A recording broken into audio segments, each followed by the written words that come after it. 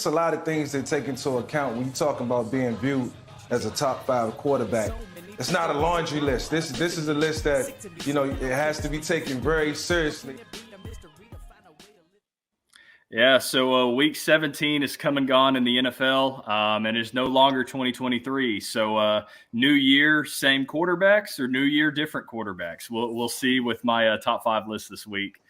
So let's start off with my honorable mentions for Week 17. Guys that just barely missed on my top 5 this week. So this one might be a little controversial, but coming in at my number 6 guy, or one that barely missed, was Justin Fields. Justin Fields, my first honorable mention, and then the order going on after this was Gardner Minshew and Aiden O'Connell.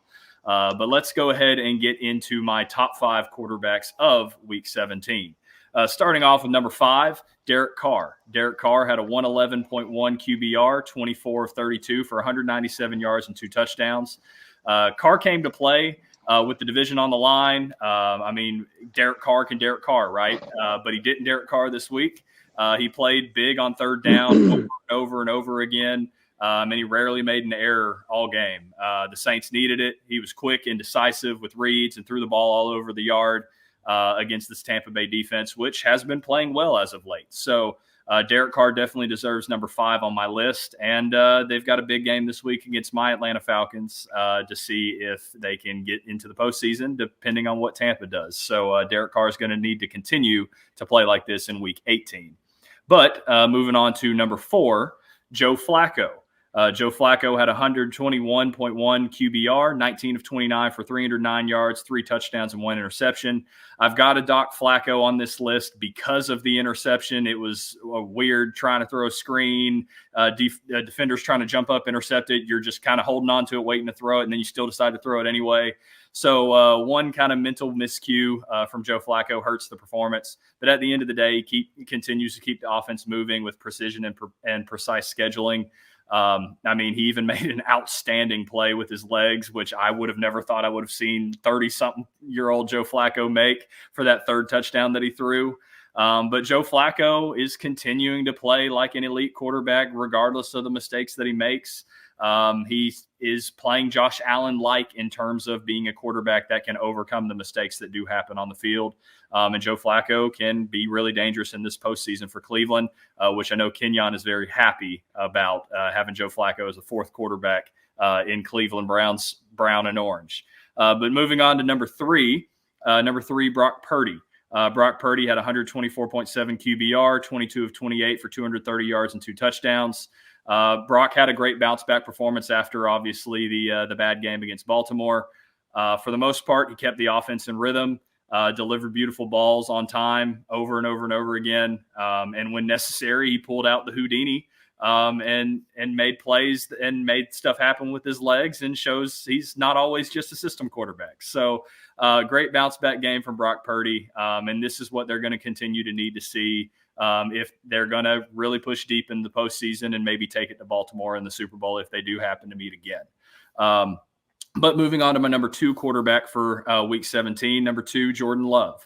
Jordan Love had 125.3 QBR, 24 of 33, 256 yards, 3 touchdowns in the air, 1 on the ground, and killed my fantasy team because I lost my fantasy championship by 0.7 of a point because of him throwing to Reed. So I'm a little mad. That's why he's not number 1 on my list. He's number 2. But Jordan Love was playing decisive and aggressive, and the Vikings defense had no match for Love.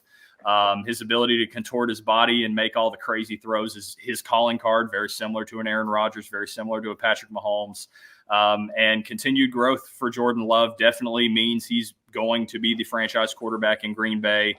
There's something special in the water in Green Bay with how they develop quarterbacks, and Jordan Love's just another beneficiary of it. But he's playing really, really good football right now, and he's definitely proving that the Packers, if they do somehow sneak into the postseason, if Jordan Love plays well, there might be a chance they could pull an upset depending on who they play.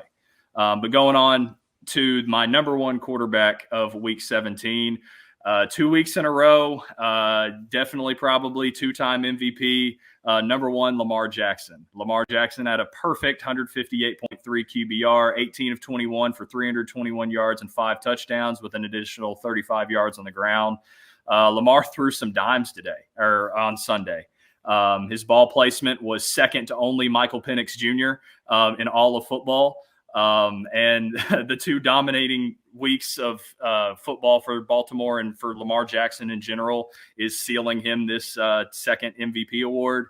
I love seeing Lamar stay in the pocket and do what he's doing there. Obviously, he still has plays where he's great in the second play and extends his legs, but seeing Lamar stay in the pocket and make the throws that he's making is a great sign for a potential postseason run there. And I love to see the growth out of Lamar, which I have said multiple times. I think Lamar's grown a lot this year.